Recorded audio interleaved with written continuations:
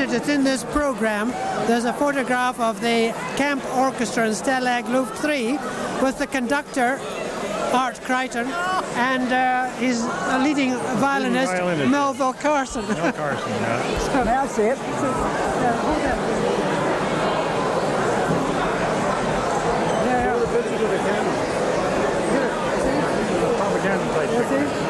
Art Crichton here. Here is Art.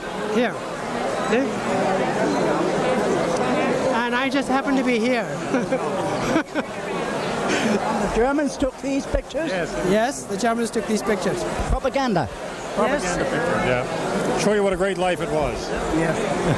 I don't believe that one for a minute. Oh, yes.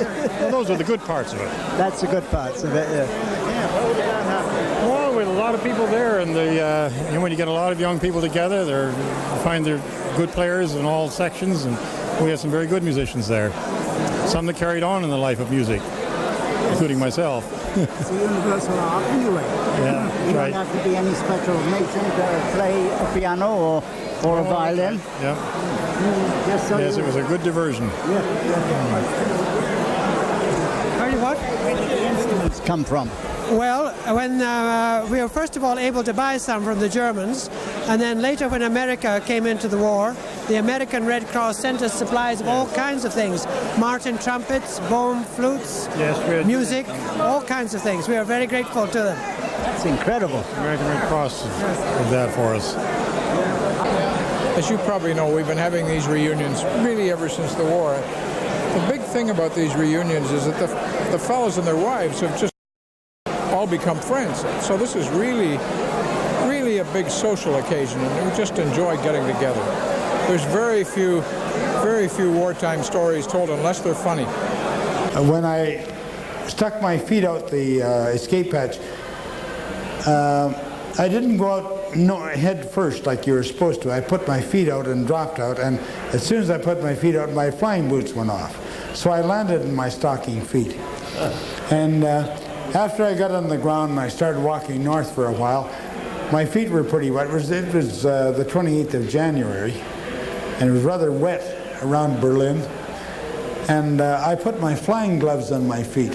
And I've often thought since, it must have been a guess, if one of those Germans had come up and seen these footmarks of my flying gloves going across the field, he must have thought, my God, it's a creature from the Black Lagoon. But it added a little humor to the thing. Well, by this time I was pretty wonky.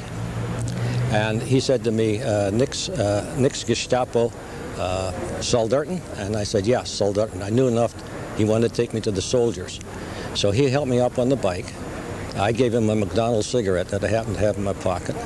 And he rode me down to the German army camp and turned me over to the sentry. And then got on his bicycle and sped away at top speed. And this was one of the funniest things that I think ever happened to me. There was a young sentry standing there, and I was standing there in front of him, and he flipped his rifle down, put the bayonet right in my stomach, and said, "Don't be afraid, you're among friends," in perfect English. We feel very proud of this airplane because it's the first time a bomber of this kind has ever been restored strictly by volunteers. 99% of them had never worked or seen an airplane before they came to work on it. It took us 9 years to rebuild it. It's the only civil registered Lancaster in the world, the only one flying in North America, the only one you'll ever see flying in North America. Debbie, nice to see you. Nice to see you. And this is Gloria. How do you do? Very nice You come far? From Toronto. Toronto. You're on now. Oh, Candid camera. Yes. No, camera and everything. we drove along from Toronto to here. Beautiful city you have here in Ottawa. You're doing a beautiful job. Good morning. Any of them are friends from long ago, I feel? Certainly. Yeah. Including one guy I actually flew with. Great. And we kept in touch ever since the war. Can I ask you, Slim, where do you come from? I come from Stony Creek, Ontario. Ontario. Larry? Larry from Hamilton, Ontario. Yeah. I'm Keith Pettigrew from Edmonton. Edmonton. Well spread out. Yeah. We were all fellows in the same camps together. Where? Oh, yeah. Oh, you've got some memories of it. 42. You enjoying your trip, Cam? Where have you come from? Montreal. Montreal, and you, man? Montreal. Montreal, both together. Did you meet any of the old friends from long ago, or are they regulars? Right here. We went through training together. We We ended up in the same prison camp. We went through training together. And this is the first time we've seen one another since 1945. That's a doubtful. What was it like flying in these kind of planes? Cold. We were just inside it, and it was so small. We couldn't Cold. You get into them maybe when July, you'd have all your, the whole thing, the flying outfit with the inner outer flying suit and so forth. And it'd probably be 100 degrees when you climb into them. By the time you get 20,000 feet, you'd be 20 below zero or something like that. And the sweat would freeze on you. And it was just plain cold, that's all. And miserable and noisy. And noisy. And yes, and cramped. Very cramped and very noisy. What position were you in the plane? I was mid upper gunner.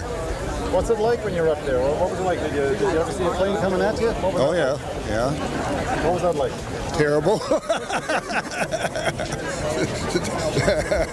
Hope you get away. But then, all of us didn't get away one time, so. I was shot down by flak, actually, one night. So.